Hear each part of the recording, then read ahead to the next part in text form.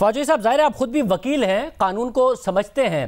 तहरीक इंसाफ का अपना एक एक्सपीरियंस था जिसमें एमपीएस बिके और इमरान खान साहब ने उन्हें पार्टी से निकाला।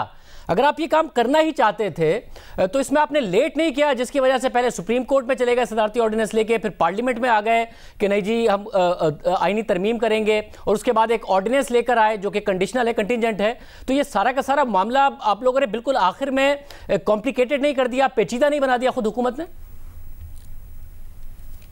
अच्छा, पहले तो शाहजेब साहब, ये जो मामला है ये शुरू हुआ है तकरीबन उसी वक्त से जिसकी तरफ आपने अभी इशारा किया है, जब प्राइम मिनिस्टर साहब ने अपने लोग निकाले।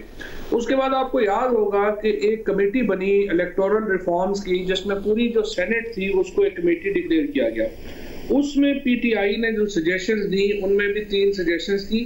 एक तो ये थी कि सेनेट के इलेक्शन हम बराह रास्त कराएं, एक सजेशन थी कि ओपन बैलेट से जो है वो उसका वोट जो है वो आना चाहिए, और तीसरा ये था कि जो रिप्रेजेंटेटिव सिस्टम के ऊपर पार्टीज को अलॉटमेंट कर दी जाए।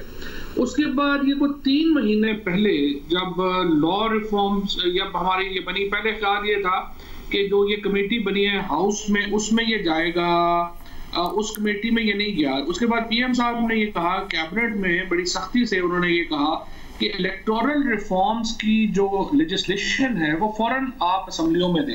लिहाजा आज से तकरीबन कोई 4 महीने पहले ये कॉन्स्टिट्यूशनल अमेंडमेंट हाउस में आई और हाउस के बाद कमेटी में गई।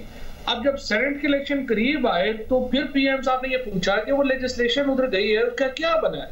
वो पता चला जी वो तो अभी तक कमेटी में पड़ी हुई है।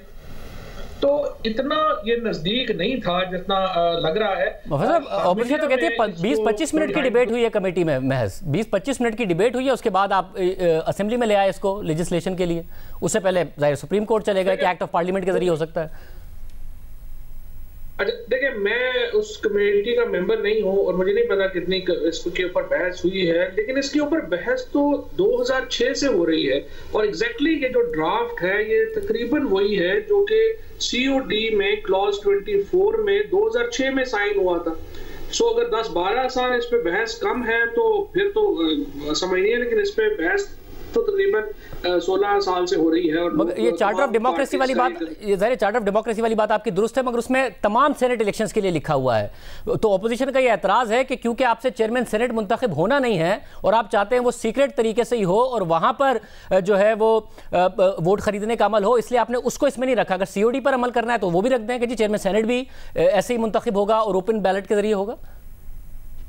बिल्कुल आपकी बात ठीक है और यही चीज हमने अपोजिशन को कही थी। मैंने अपनी स्पीच में भी कही थी कि आप ये कर लें कि आप ये कह दें कि सेनेट और स्पीकर के इलेक्शन भी जो है वो ओपन बैलेट से होने चाहिए, और वो तजवीज़ भी इनकॉर्पोरेट कर लेते हैं और ये तजवीज़ बिल्कुल सही है। सेनेट के चेयरमैन का इलेक्शन ओपन होना चाहिए, स्पीकर का इलेक्शन ओपन होना चाहिए और हमें इस पे कोई एतराज़ नहीं है, ये डेफिनेटली किया जा सकता है। अपोजिशन कहती है कि इसमें सेनेट और स्पीकर के इलेक्शन को भी शामिल कर लिया जाए तो वो हम 100% कर लेंगे। अच्छा, अब इसमें लिखा हुआ है कि ओपन और आइडेंटिफाइबल बैलेट के जरिए होगा। ज़ाहिर भारत की मिसाल दी जाती है तो भारत में जो पार्टी है सिर्फ पार्टी का जो एजेंट है उसको दिखाया जा सकता है ताकि वोट बिके ना पार्टी का। ये आप अगर बिल्कुल ओपन रख रहे हैं तो इसका मतलब है हर कोई देख सकता है। क्या इसका ये मतलब है कि आपको अपने इत्तेहादियों पे भी भरोसा नहीं है, आप उनका भी वोट देखना चाहते हैं कि वो कहीं किसी और को ना दे दें? देखिए, भरोसे की बात नहीं है, ये जो एक गलतफहमी है ना कि हुकूमत के खिलाफ लोग चले जाएंगे या ये होगा कि किसी और उसमें, देखिए कोई इस वक्त हुकूमत के खिलाफ नहीं जाते लोग। जो सच्ची बात यह है कि हुकूमत के पास जो मैनूवर करने की ताकत होती है वो पोजीशन या किसी इंडिविजुअल के पास तो नहीं है। एक्चुअली जो इमरान खान की नेक नियति है, अगर हम उसको भी ऐसे ही एक ब्लर कर दें ये बातें करके उसका, तो फिर वो जाहिर है पोजीशन उसको बेतुकी बात करती है। अदरवाइज देखिए हुकूमत के लिए क्या प्रॉब्लम है मैनूवर करना। फौजी साहब, माजी की हुकूमतों को तो ये शिकायत रही कि अदालत एग्जीक्यूटिव के मामलात में मुदाखलत कर रही है, हुकूमत को काम नहीं करने दे रही है। हमें नज़र भी आया कि किस किस्म के मामलात थे। आपकी हुकूमत में तो मामला बिल्कुल बरक्स है।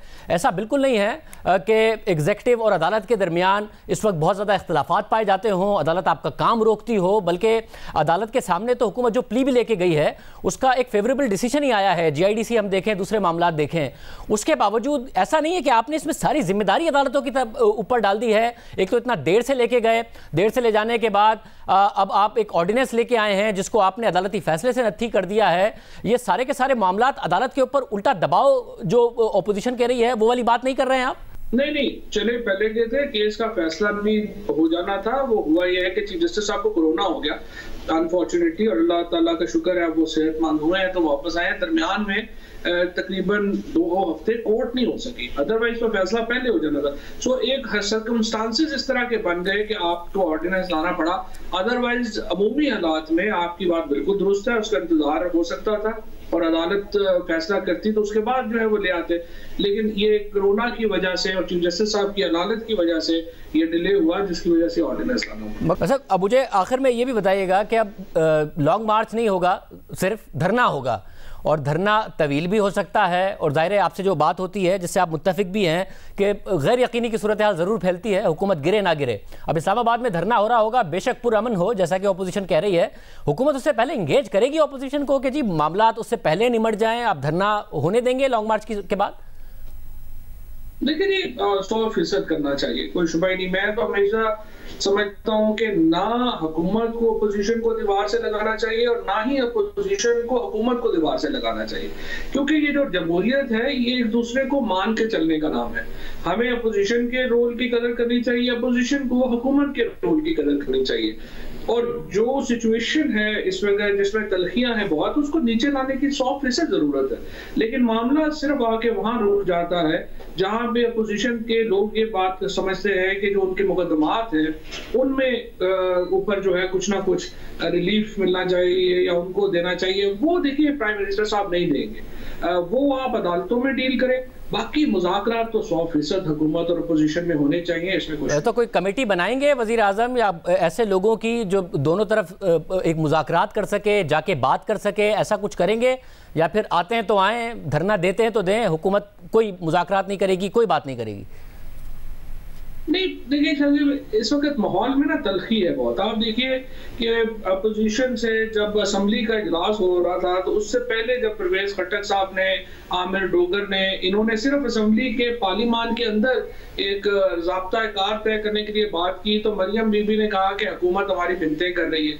सो जब इस तरह का ट्रस्ट लेवल हो और एक दूसरे के दरमियान इतनी तलखियां हो तो उसमें एक बराह रास्त मुज़ाकरात जो हैं वो थोड़े मुश्किल होते हैं। और हो सकता है कि बैकडोर से पहले शुरू करें और 26 तक जो है वो कुछ बातचीत हो जाए। बट मुझे उम्मीद है कि शायद धरने की नौबत नहीं आएगी और ये शायद लॉन्ग मार्च की नौबत नहीं आएगी, मामला बेहतर हो जाएंगे, अब भी काफी हद तक बेहतर हो गए।